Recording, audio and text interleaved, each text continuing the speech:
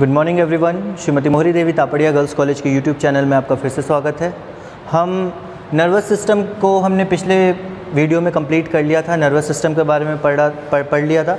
अब हमें sensory organs के बारे में पढ़ना है। हमने पिछले वीडियो में जो नर्व्स होते हैं, जो गैंग्लियाज होते हैं, कनेक्टिव्स होते हैं, कमीसर्स होते हैं, इनके बारे में डिटेल में डिस्कस किया था। अब जो है हम स्टेटोसिस्ट एंड ऑस्फ्रेडियम के बारे में पढ़ेंगे यूनियो के अंदर। ये सेंस ऑर्गन्स हैं, ठीक है। तो हम पढ़ रहे हैं किसके बारे में? सेंसरी ऑर्गन्स के बारे में। सेंसरी ऑर्गन्स के बारे में पढ़ रहे हैं। तो सेंसरी ऑर्गन्स में पहला हमारा टॉपिक है statocyst and osphradium in Unio. Unio के बारे में आपको पता होगा। यूनियो की अगर अपन बात करें तो ये एक इनएक्टिव एनिमल है।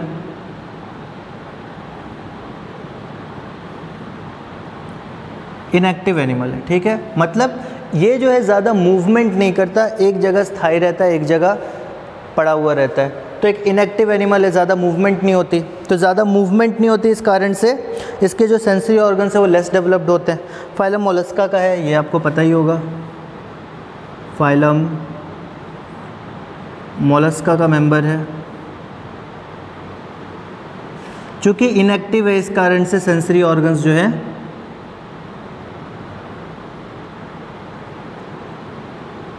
लेस डेवलप्ड होते हैं, ठीक है। इनएक्टिव एनिमल है, इस कारण से सेंसरी ऑर्गन्स जो है इनके कम डेवलप्ड होते हैं, ज़्यादा डेवलप्ड नहीं होते। अब सेंसरी ऑर्गन्स की बात करें तो दो सेंसरी ऑर्गन पाए जाएंगे, एक स्टेटोसिस्ट, दूसरा ऑस्फ्रेडियम। हमें पाइला में भी पढ़ना है, यूनियो में भी पढ़ना है। आज के वीडियो में हम यूनियो का जो सेंसरी ऑर्गन्स है, यूनियो के अंदर स्टेटोसिस्ट, ऑस्फ्रेडियम जो पाए जाते हैं, उसके बारे में हम स्टडी करेंगे। तो यूनियो के सबसे पहले स्टेटोसिस्ट की बात करते हैं हम।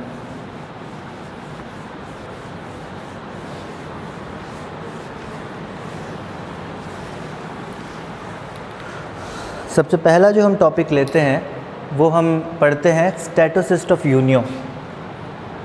तो यूनियो की बात कर रहे हैं हम। फर्स्ट पॉइंट में अपन लेते हैं statocyst.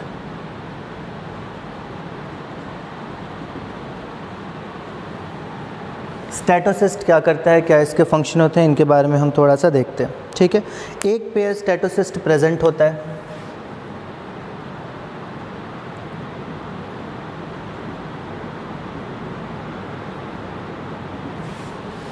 One pair statocyst is present. उसके बाद अगर अपन बात करें तो पेडल गैंग्लियन, हमने पढ़ा था कि उनके फुट रीजन में, हमने जब यूनियो पढ़ा तो उसमें ये देखा कि उनका जो फुट वाला रीजन है, पैर वाला रीजन है, वहाँ पे पेडल गैंग्लियन पाए जाते हैं। उस पेडल गैंग्लियन के दोनों तरफ जो है ये प्रेजेंट रहते हैं। प्रेजेंट बोथ साइड्स ऑफ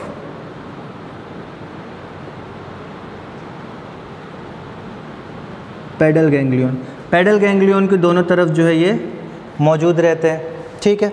उसके आगे अगर अपन बात करें तो जो स्टेटोसिस्ट है, इसकी अगर अपन स्पेसिफिकली बात करें तो स्टेटोसिस्ट जो है एक बॉल की तरह स्ट्रक्चर है, ठीक है।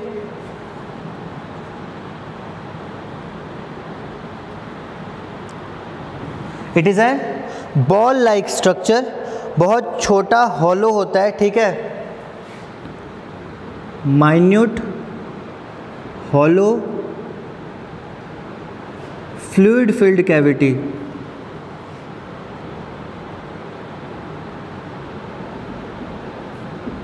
छोटा होता है, हॉलो मतलब खोखला होता है, और फ्लूइड इसके अंदर जो है वो भरा हुआ होता है, ठीक है। अब ये जो फ्लूइड है उसके अंदर बहुत छोटे छोटे कैल्शियम कार्बोनेट के ग्रैन्यूल्स मौजूद रहते हैं। This fluid contains small particles of calcium carbonate,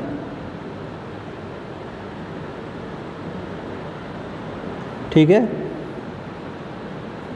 calcium carbonate के छोटे छोटे ग्रेन्यूल्स जो है, छोटे छोटे दाने या पार्टिकल्स बोला जाए, वो जो है मौजूद रहते हैं। और इस छोटे कैल्शियम कार्बोनेट के पार्टिकल्स को हम यहाँ पे स्टेटोलिथ बोलते हैं। ये जो small particles of calcium carbonate है, इसको हम बोलते हैं स्टैटोलिथ, ये नाम याद कर लेना, स्टैटोलिथ, STATOLITH, ठीक है।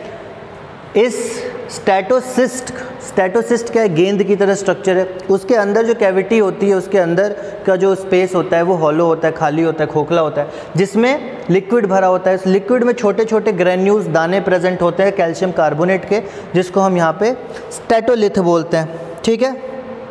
अब ये जो कैविटी है स्टैटोसिस्ट की, ये एपिथेलियम से लाइंड रहती है, ठीक है, सिलिएटेड सेंसरी सेल्स के। So this cavity is lined by,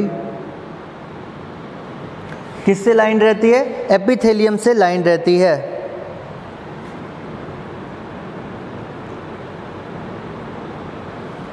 epithelium, this cavity is lined by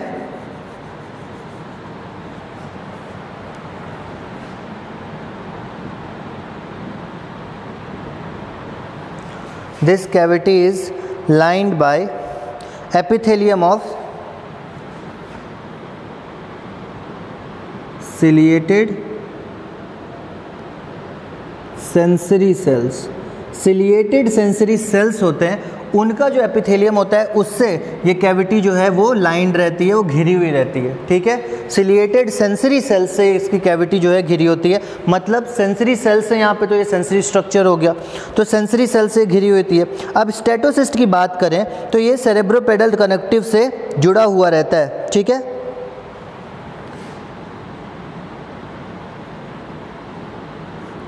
each statocyst is connected with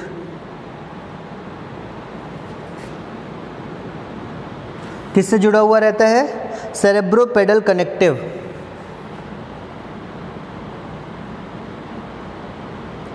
सेरेब्रोपेडल connective. Each statocyst is connected with cerebropedal connective, ठीक है।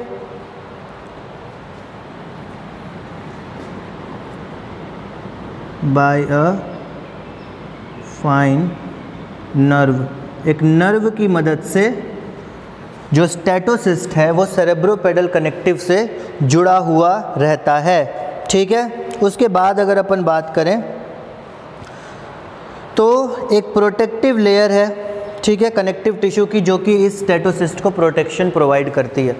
एक कनेक्टिव टिश्यू की layer है जो कि statocyst को पूरी तरह से कवर करके रखती है और प्रोटेक्शन प्रोवाइड करती है, ठीक है। अब फंक्शंस की बात करें हम यहाँ पे, स्टैटोसिस्ट मेंटेन्स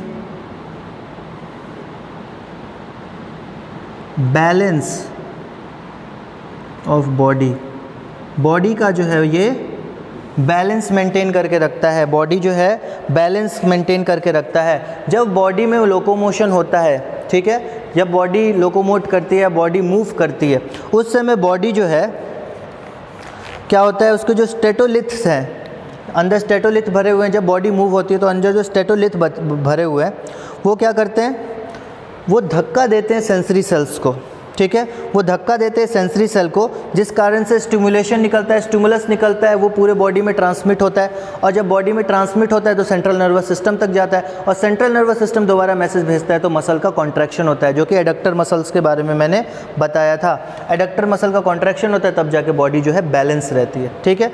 तो यहाँ पे इसका काम क्या है, स्टैटोसिस्ट का जो बैलेंस है बॉडी का वो मेंटेन करके रखना।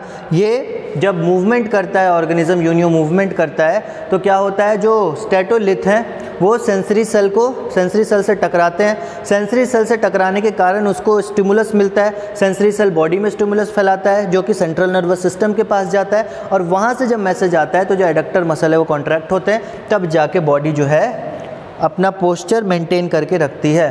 तो ये तो था स्टैटोसिस्ट के बारे में, यूनियो के। नेक्स्ट हम देखते हैं इनके ऑस्ट्रेडियम के बारे में, ठीक है। ऑस्ट्रेडियम ऑफ यूनियो हम थोड़ा स्टडी करते हैं।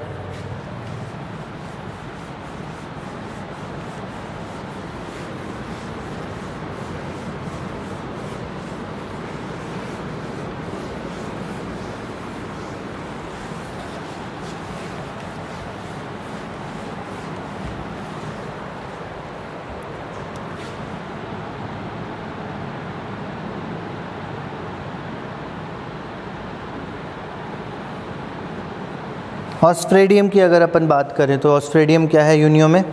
तो यूनियो में एक्वेटिक ऑर्गेनिज्म है, तो इनका जो रेस्पिरेशन है वो भी एक्वेटिक रेस्पिरेशन है। तो because they are aquatic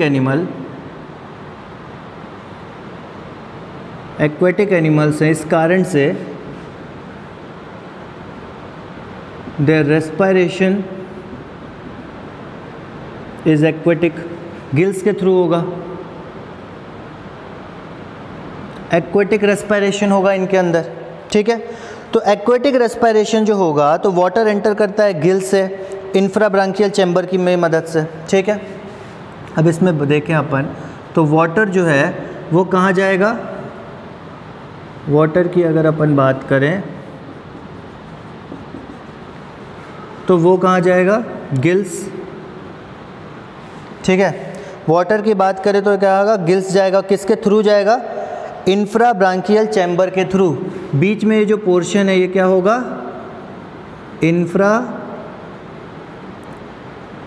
branchial chamber, ठीक है। बीच में ये जो पोर्शन होगा वो होगा इंफ्राब्रांकियल चेम्बर, ठीक है। और जो अंदर जाएगा वो किस मूवमेंट के थ्रू जाएगा, किस प्रोसेस के थ्रू जाएगा, उसको अपन बोलते हैं इन करंट सिफोन, ठीक है। इन करंट सिफोन, सिफोन का मतलब होता है ओपनिंग, एक छेद, ठीक है। तो यहाँ पे पानी जो है गिल्स के पास जा रहा है, इंफ्राब्रांकियल चैम्बर से होते हुए जा रहा है, और जिसके थ्रू पानी शरीर में एंटर कर रहा है वो जगह है इनकरेंट सिफोन। इनकरेंट का मतलब हुआ अंदर आने वाला, पानी की मूवमेंट अंदर की तरफ हो। एक्स करंट होगा तो पानी की मूवमेंट बाहर की तरफ होगी, ठीक है।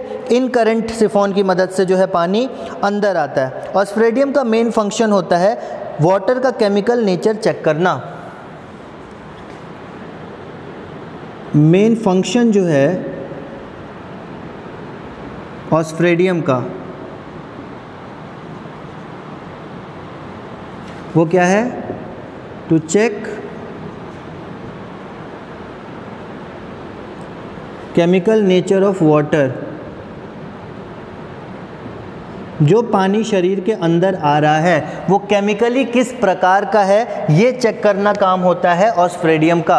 जो पानी शरीर में आ रहा है वो केमिकली किस प्रकार का है ये चीज़ जो है वो ऑस्ट्रेडियम चेक करती है, ठीक है। ऑस्ट्रेडियम जो होता है वो स्मॉल येलो कलर का सेंसरी स्ट्रक्चर होता है, पेयर में पाया जाता है।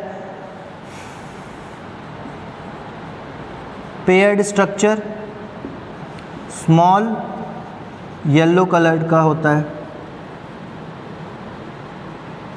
ठीक है। पेयर्ड स्ट्रक्चर होता है, छोटा होता है, येलो कलर का होता है। उसके बाद अगर अपन बात करें तो विसरल गैंग्लियन के ऊपर पाया जाता है, लोकेटेड अबव विसरल गैंग्लियन। इन गैंग्लियंस के बारे में हमने ऑलरेडी पढ़ लिया है, इसलिए मैं इसको डिटेल में नहीं बता रहा। आप पिछला वीडियो ज़रूर देखना, अगर आपने देखा होगा तो आपको पता होगा।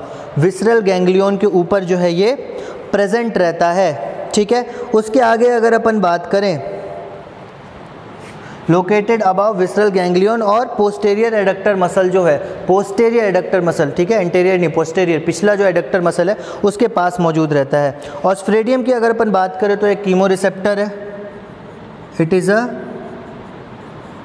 Chemo receptor. क्या है ये? एक कीमो रिसेप्टर है।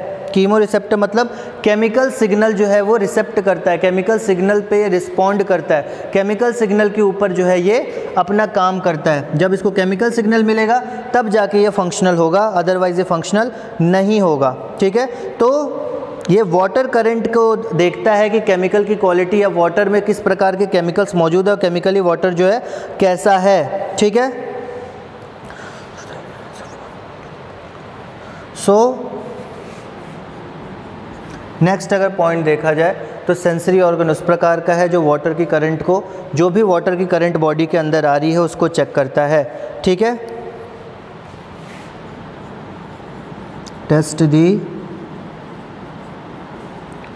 Content of water current,